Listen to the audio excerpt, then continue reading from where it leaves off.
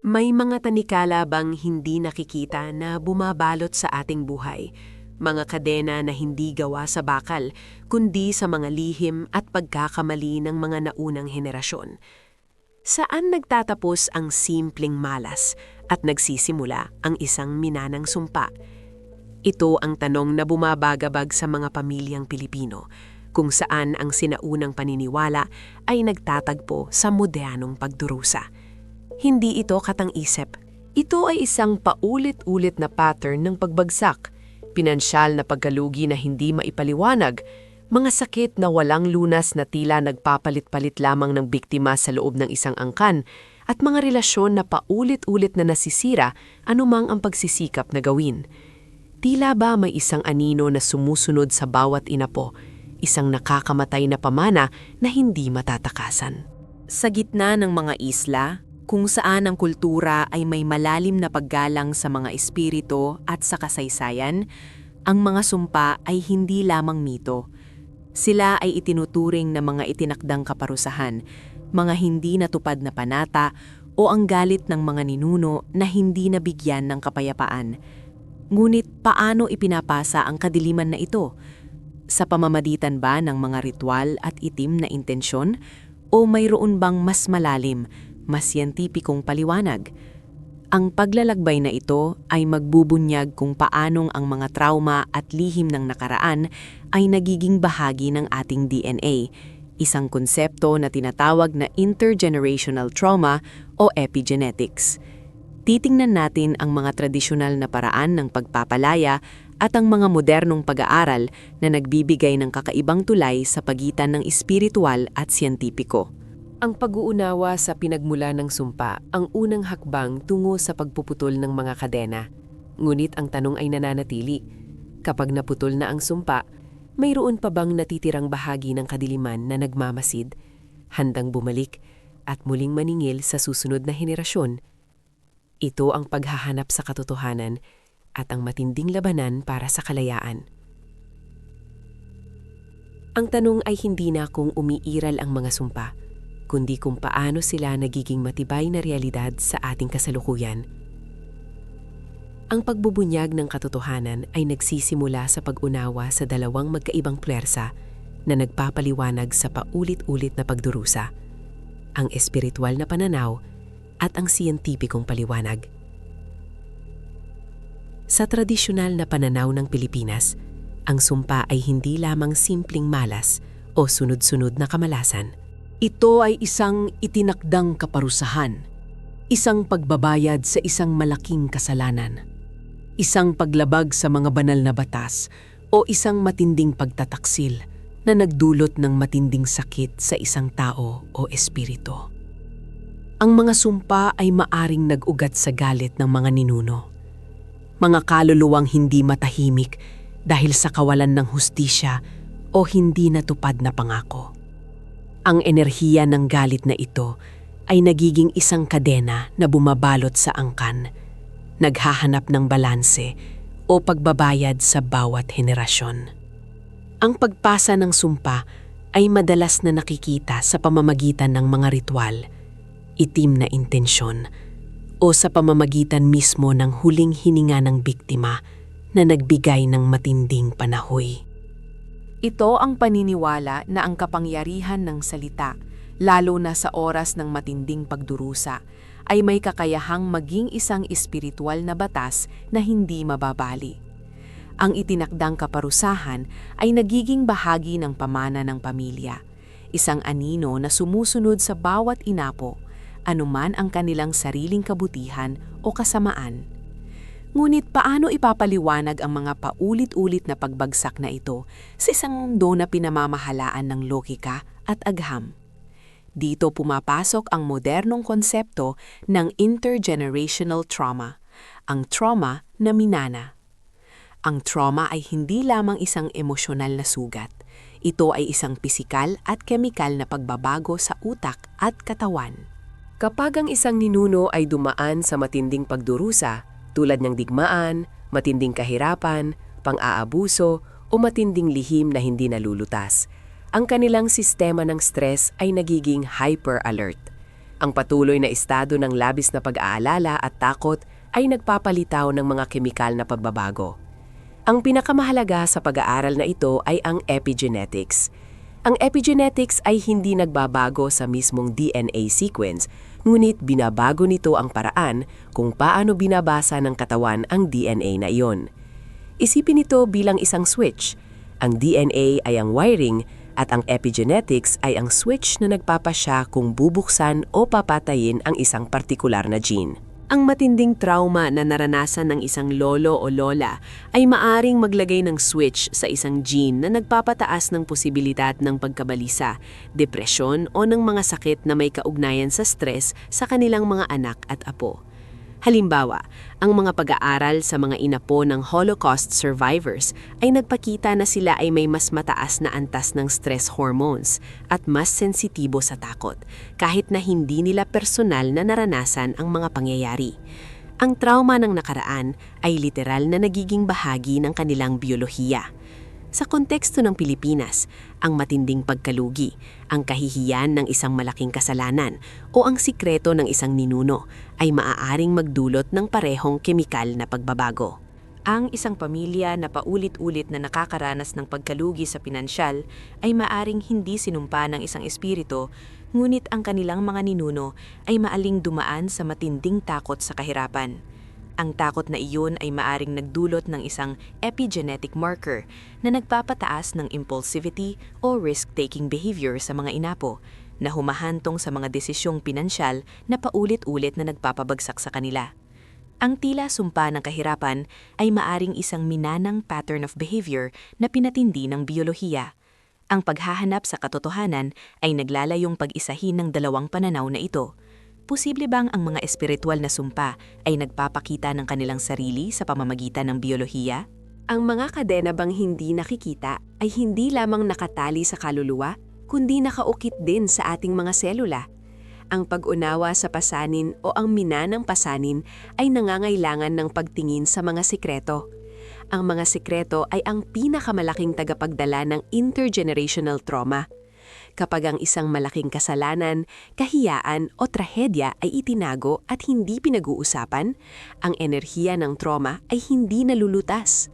Ito ay nagiging isang ghost sa loob ng pamilya na nagpapakita ng sarili sa mga hindi maipaliwanag na sakit, paulit-ulit na pagkasira ng relasyon o matinding pagkabalisa na walang malinaw na pinagmulan. Ang mga inapo, kahit hindi nila alam ang orihinal na sikreto, ay nagdadala ng bigat ng hindi nalutas na emosyon. Ito ay tinatawag na unconscious loyalty, isang hindi sinasadyang pagtatangka na ayusin o ulitin ang kapalaran ng ninuno. Halimbawa, ang isang inapo ay maaaring paulit-ulit na magkaroon ng relasyon na nagtatapos sa pagtataksil, hindi dahil sa sinumpa siya sa pag-ibig, kundi dahil ang kanyang ninuno ay nagdusa sa isang matinding pagtataksil na hindi kailanman napapatawad o napagaling. Ang inapo ay sa hindi malaynaan, nagdadala ng eko ng orihinal na sakit. Ang pagpuputol sa mga kadena ay hindi lamang nangangailangan ng ritual ng paglilinis, kundi nangangailangan din ng isang matinding paghahanap sa katotohanan. Ang paghuhukay sa kasaysayan ng angkan upang matukoy kung saan nag-ugat ang orihinal na trauma. Kailangan nating tanungin, ano ang hindi nasabi? Ano ang hindi nalutas? Ano ang matinding sakit na dinala ng ating mga ninuno na hindi nila nagawang pagalingin? Ang pag-unawa na ang sumpa ay maaaring maging isang kombinasyon ng espiritual na bigat at biolohikal na pamana ay nagbibigay sa atin ng kapangyarihan. Hindi tayo simpleng biktima ng kapalaran. Mayroon tayong kakayahang baguhin ang epigenetic switch at putulin ang siklo ng pagdurusa. Ngulit ang paglalakbay na ito ay narangailanan ng matinding tapang upang harapin ang mga multo ng kasaysayan. Hindi lamang sa pamamagitan ng pananampalataya, kundi sa pamamagitan din ng pag-unawa sa agham ng ating sariling pagkatao. Ang kalayaan ay nakasalalay sa pagkikilala na ang ating kasalukuyan ay hindi lamang produkto ng ating sariling mga desisyon, kundi isang salamin din ng hindi natapos na laban ng ating mga naunang henerasyon. Ang pag-aaral kung paano gumagana ang minanang pasanin ay ang unang hakbang upang hindi na natin ipasa ang parehong kadiliman sa susunod na henerasyon. Kung ang mga sikreto ang nagpapatakbo sa sumpa, ang pagpapatawad ang susi sa paglaya. Ngulit ang pagpapatawad ay hindi lamang isang emosyonal na desisyon. Ito ay isang biologikal at espiritual na operasyon na nagpapalaya sa atin mula sa minanang bigat.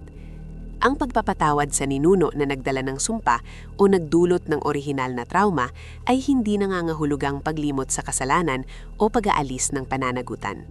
Nangangahulugan ito ng pagpuputol sa emotional bond na nag-uugnay sa iyo sa kanilang pagdurusa. Sa psikolohikal na antas, ang hindi pagpapatawad ay nagpapanatili sa atin sa isang estado ng fight or flight na nagpapataas ng cortisol at nagpapalala ng mga minanang sakit. Kapag nagpatawad tayo, binabago natin ang ating internal chemistry, binabawasan ang stress response at sa esensya, binibigyan natin ang ating sarili ng pahintulot na maging malaya at hindi na maging hostage ng nakaraan. Ang sumpa ay malakas dahil ito ay walang muka. Ito ay isang anino na gumagalaw sa dilim ng kawalang kaalaman. Ang unang hakbang sa pagputol nito ay ang pagkilala at pagbigas. Kailangang bigkasin ang pangalan ng trauma. Hindi lang sapat na sabihin, sinumpa kami sa pera, kundi kailangan itong tukuin. Ang aming ninuno ay nagdusa ng matinding kahihiyan sa pagtalugi noong 1940s dahil sa maling desisyon, at ang takot at kahihiyan na iyon ay ipinasa sa amin bilang isang pattern ng pag-iwas o labis na paggastos. Kapag ang trauma ay kinilala, ito ay nagiging kasaysayan, hindi kapalaran. Ito ay nagiging isang event na nangyari, hindi isang identity na taglay mo. Ang paghahanap sa katotohanan ay nagbibigay daan sa atin na makita ang ating mga ninuno, hindi bilang mga Diyos o mga demonyo, kundi bilang mga tao na nagdala ng kanilang sariling mga pasanin at pagkakamali. Sa pananaw ng systemic psychology, na madalas na tinatawag na family constellations, ang ina po ay madalas nang nagiging symptom bearer ng hindi nalulutas na issue ng angkan. Ang iyong pagdudurusa ay hindi lamang sa iyo. Ito ay isang huling hininga ng trauma ng iyong pamilya na humihingi ng atensyon, humihingi ng pagkilala. Ang pagpapagaling ay nangangailangan ng pag-alis sa unconscious loyalty, ang hindi sinasadyang pangako na ulitin ang pagdudurusa ng ninuno upang maramdaman na kabilang ka sa kanila. Ang pagpuputol sa kadena ay nangangailangan ng isang matinding pagbabago ng pananaw, ang pagkuha ng sariling lugar sa sistema. Kailangang sabihin, hindi man sa salita kundi sa puso at sa gawa, nakikita ko ang iyong sakit, ninuno, at iginagalang ko ang iyong pinagdaanan. Ngunit ito ang aking buhay at pinipili kong mamuhay ng malaya at may kasaganaan. Ang paglaya ay nangangahulugan ng pagtanggap sa buhay na may paggalang sa mga nauna, ngunit walang obligasyon na ulitin ang kanilang trahedya.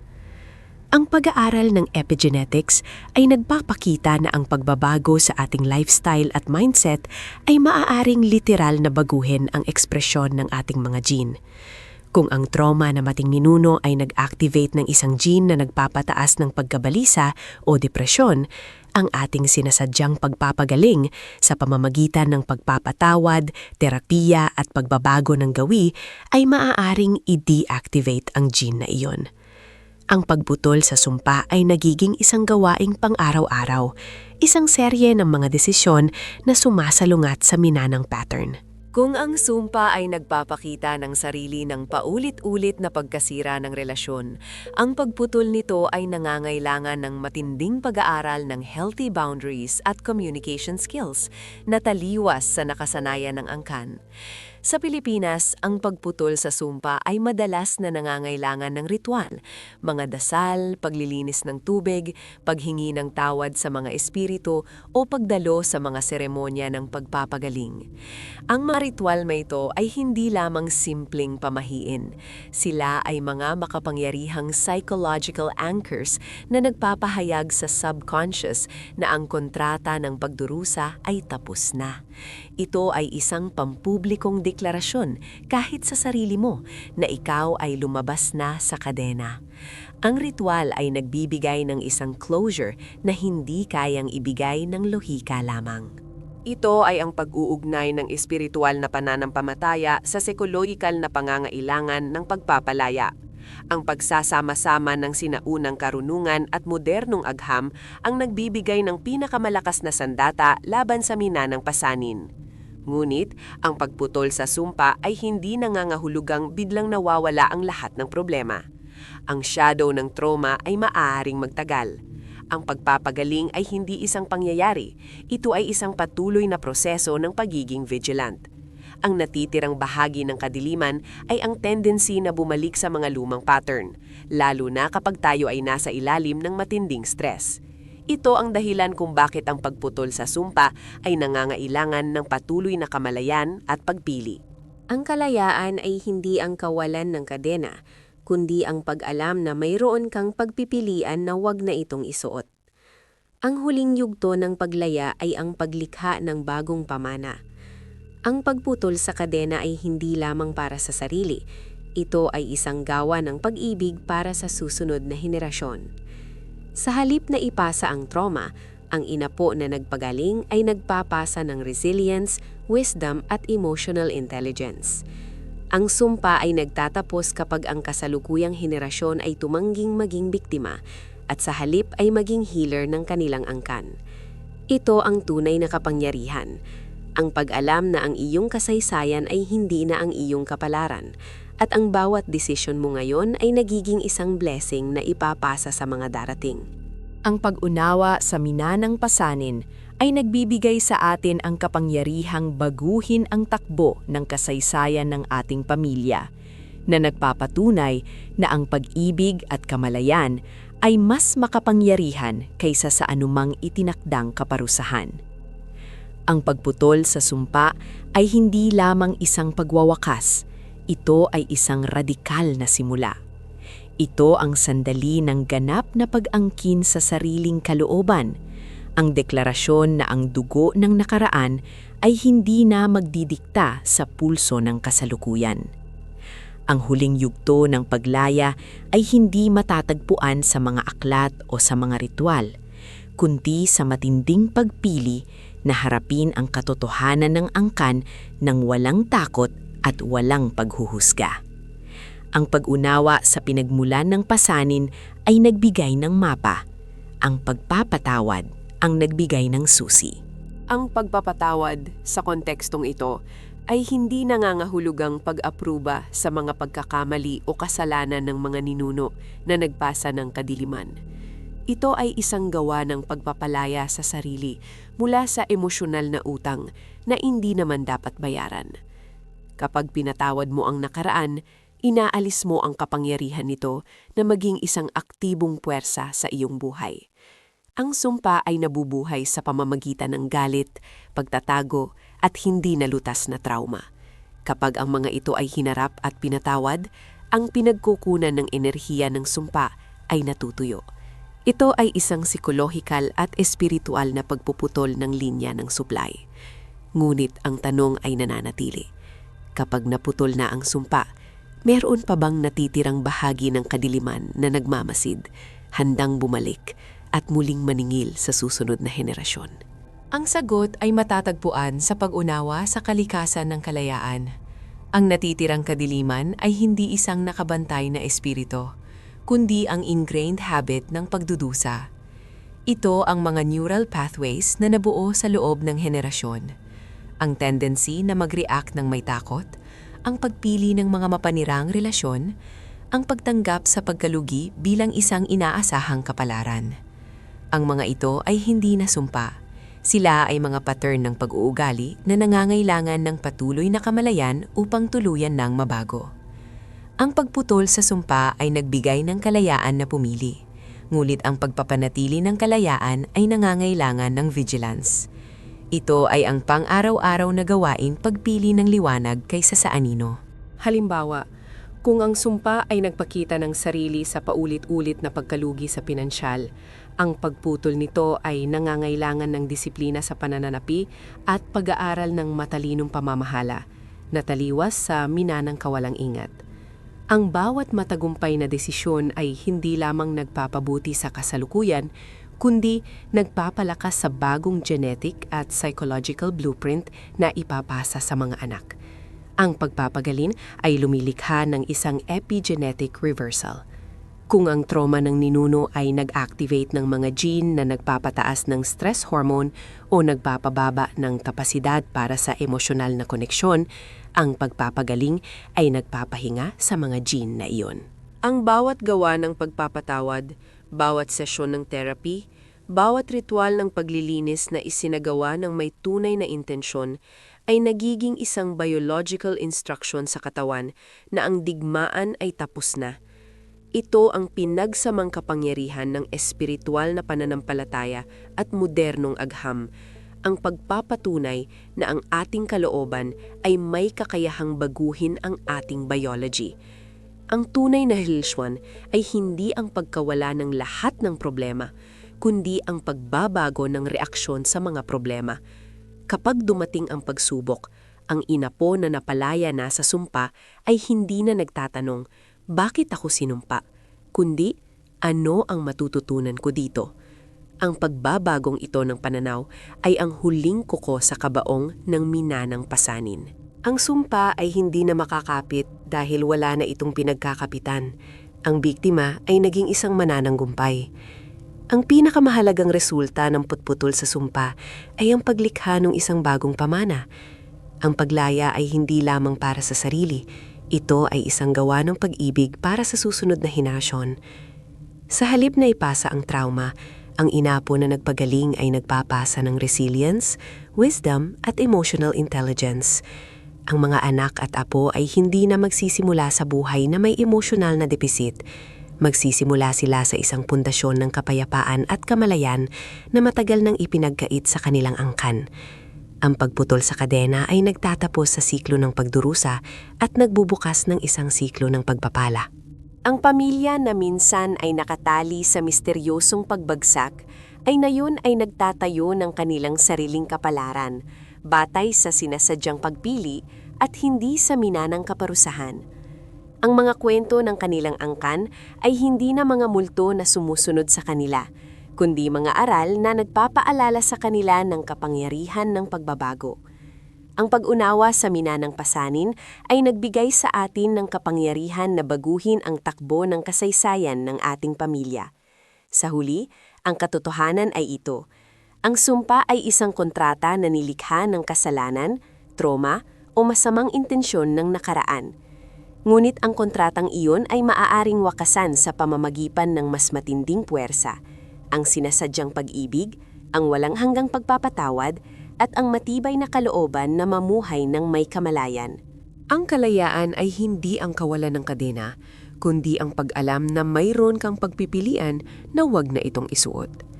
Ang minanang pasanin ay nagtatapos hindi sa isang malaking ritual, kundi sa pang-araw-araw na pagpili na maging healer ng sariling angkan. Ito ang tunay na kapangyarihan ng tao. Ang pag-alam na ang iyong kasaysayan ay hindi na ang iyong kapalaran at ang bawat desisyon mo ngayon ay nagiging isang blessing na ipapasa sa mga dalating. Ang liwanag ay mas makapangyarihan kaysa sa anumang anino. Ang paglalakbay tungo sa paglaya ay tapos na. At i-like kung handa ka ng kumawala sa gapos ng ninuno at mag-subscribe para sa susunod na paglaya.